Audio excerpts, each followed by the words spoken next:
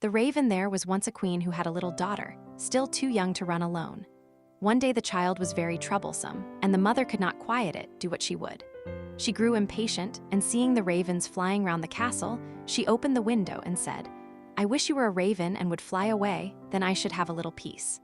Scarcely were the words out of her mouth, when the child in her arms was turned into a raven and flew away from her through the open window.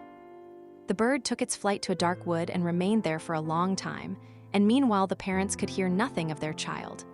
Long after this, a man was making his way through the wood when he heard a raven calling, and he followed the sound of the voice. As he drew near, the raven said, "I am by birth a king's daughter, but am now under the spell of some enchantment. You can, however, set me free." "What am I to do?" he asked. She replied, "Go farther into the wood until you come to a house, wherein lives an old woman. She will offer you food and drink, but you must not take of either. If you do, you will fall into a deep sleep and will not be able to help me. In the garden behind the house is a large tan-heap, and on that you must stand and watch for me. I shall drive there in my carriage at 2 o'clock in the afternoon for 3 successive days. The first day it will be drawn by 4 white, the second by 4 chestnut, and the last by 4 black horses. But if you fail to keep awake and I find you sleeping, I shall not be set free." The man promised to do all that she wished, but the raven said, "Alas, I know even now that you will take something from the woman and be unable to save me." The man assured her again that he would on no account touch a thing to eat or drink. When he came to the house and went inside, the old woman met him and said, "Poor man, how tired you are. Come in and rest and let me give you something to eat and drink." "No," answered the man, "I will neither eat nor drink." But she would not leave him alone and urged him, saying, "If you will not eat anything, at least you might take a draught of wine. 1 drink counts for nothing." And at last he allowed himself to be persuaded and drank. As it drew towards the appointed hour, he went outside into the garden and mounted the tan-heap to await the raven. "Raven?" Suddenly a feeling of fatigue came over him, and unable to resist it, he lay down for a little while, fully determined, however, to keep awake. But in another minute his eyes closed of their own accord, and he fell into such a deep sleep that all the noises in the world would not have awakened him. At 2 o'clock the raven came driving along, drawn by her 4 white horses. But even before she reached the spot, she said to herself, sighing, "I know he has fallen asleep." When she entered the garden, there she found him as she had feared, lying on the tan-heap, fast asleep.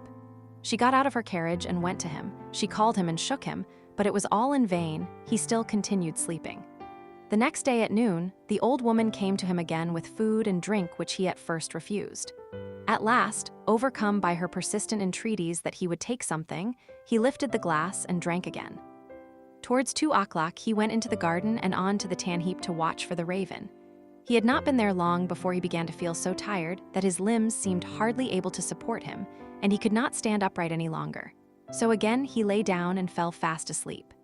As the raven drove along her 4 chestnut horses, she said sorrowfully to herself, "I know he has fallen asleep." She went as before to look for him, but he slept, and it was impossible to awaken him. The following day the old woman said to him, "What is this? You are not eating or drinking anything. Do you want to kill yourself?" He answered, "I may not and will not either eat or drink." But she put down the dish of food and the glass of wine in front of him, and when he smelt the wine, he was unable to resist the temptation and took a deep draught. When the hour came round again, he went as usual on to the tan-heap in the garden to await the king's daughter. But he felt even more overcome with weariness than on the 2 previous days, and throwing himself down, he slept like a log. At 2 o'clock the raven could be seen approaching, and this time her coachman and everything about her, as well as her horses, were black. She was sadder than ever as she drove along, and said mournfully, "I know he has fallen asleep, and will not be able to set me free." She found him sleeping heavily, and all her efforts to awaken him were of no avail. Then she placed beside him a loaf and some meat, and a flask of wine of such a kind that however much he took of them, they would never grow less. Less. After that she drew a gold ring, on which her name was engraved, off her finger, and put it upon one of his. Finally, she laid a letter near him, in which, after giving him particulars of the food and drink she had left for him, she finished with the following words: "I see that as long as you remain here you will never be able to set me free. If, however, you still wish to do so, come to the golden castle of Stromberg. This is well within your power to accomplish." She then returned to her carriage and drove to the golden castle of Stromberg. When the man awoke and found that he had been sleeping, he was grieved at heart and said, "She has no doubt been here and driven away again, and it is now too late for me to save her." Then his eyes fell on the things which were lying beside him. He read the letter and knew from it all that had happened. He rose up without delay, eager to start on his way and to reach the castle of Stromberg, but he had no idea in which direction he ought to go. He traveled about a long time in search of it and came at last to a dark forest, through which he went on walking for 14 days and still could not find a way out. Once more the night came on, and worn out he lay down under a bush and fell asleep. Again the next day he pursued his way through the forest, and that evening, thinking to rest again, he lay down as before, but he heard such a howling and wailing that he found it impossible to sleep. He waited till it was darker and people had begun to light up their houses, and then seeing a little glimmer ahead of him, he went towards it. He found that the light came from a house which looked smaller than it really was, from the contrast of its height with that of an immense giant who stood in front of it.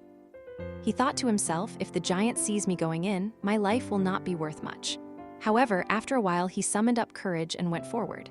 When the giant saw him, he called out, "It is lucky for that you have come, for I have not had anything to eat for a long time. I can have you now for my supper." "I would rather you let that alone," said the man, "for I do not willingly give myself up to be eaten. If you are wanting food, I have enough to satisfy your hunger." "If that is so," replied the giant, "I will leave you in peace. I only thought of eating you because I had nothing else." So they went indoors together and sat down, and the man brought out the bread, meat, and wine, which although he had eaten and drunk of them were still unconsumed.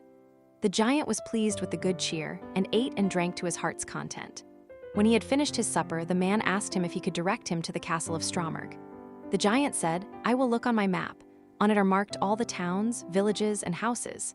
So he fetched his map and looked for the castle, but could not find it. "Never mind," he said, "I have larger maps upstairs in the cupboard. We will look on those," but they searched in vain, for the castle was not marked even on these. The man now thought he should like to continue his journey, but the giant begged him to remain for a day or two longer until the return of his brother, who was away in search of provisions. When the brother came home, they asked him about the castle of Stromberg, and he told them he would look on his own maps as soon as he had eaten and appeased his hunger. Accordingly, when he had finished his supper, they all went up together to his room and looked through his maps, but the castle was not to be found. Then he fetched other older maps, and they went on looking for the castle until at last they found it, but it was many thousand miles away. "How shall I be able to get there?" asked the man. "I have 2 hours to spare," said the giant, "and I will carry you into the neighborhood of the castle. I must then return to look after the child who is in our care." The giant, thereupon, carried the man to within about 100 leagues of the castle, where he left him, saying, "You will be able to walk the remainder of the way yourself." The man journeyed on day and night till he reached the golden castle of Stromberg. He found it situated, however, on a glass mountain, and looking up from the foot he saw the enchanted maiden drive round her castle and then go inside. He was overjoyed to see her, and longed to get to the top of the mountain, but the sides were so slippery that every time he attempted to climb, he fell back again. When he saw that it was impossible to reach her, he was greatly grieved and said to himself, "I will remain here and wait for her." So he built himself a little hut, and there he sat and watched for a whole year, and every day he saw the king's daughter driving round her castle, but still was unable to get nearer to her. Looking out from his hut one day, he saw 3 robbers fighting, and he called out to them, "God be with you." Oh, they stopped when they heard the call, but looking round and seeing nobody, they went on again with their fighting, which now became more furious. "God be with you," he cried again, and again they paused and looked about, but seeing no one went back to their fighting. A third time he called out, "God be with you," and then thinking he should like to know the cause of dispute between the 3 men, he went out and asked them why they were fighting so angrily with one another. One of them said that he had found a stick, and that he had but to strike it against any door through which he wished to pass, and it immediately flew open. Another told him that he had found a cloak which rendered its wearer invisible, and the third had caught a horse which would carry its rider over any obstacle and even up the glass mountain. They had been unable to decide whether they would keep together and have the things in common, or whether they would separate. On hearing this, the man said, "I will give you something in exchange for those 3 things, not money, for that I have not got, but something that is of far more value. I must first, however, prove whether all you have told me about your 3 things is true." The robbers, therefore, made him get on the horse and handed him the stick and the cloak, and when he had put this round him, he was no longer visible. Then he fell upon them with the stick and beat them one after another, crying, "There, you idle vagabonds, you have got what you deserve. Are you satisfied now?" After this he rode up the glass mountain. When he reached the gate of the castle, he found it closed, but he gave it a blow with his stick, and it flew wide open at once, and he passed through.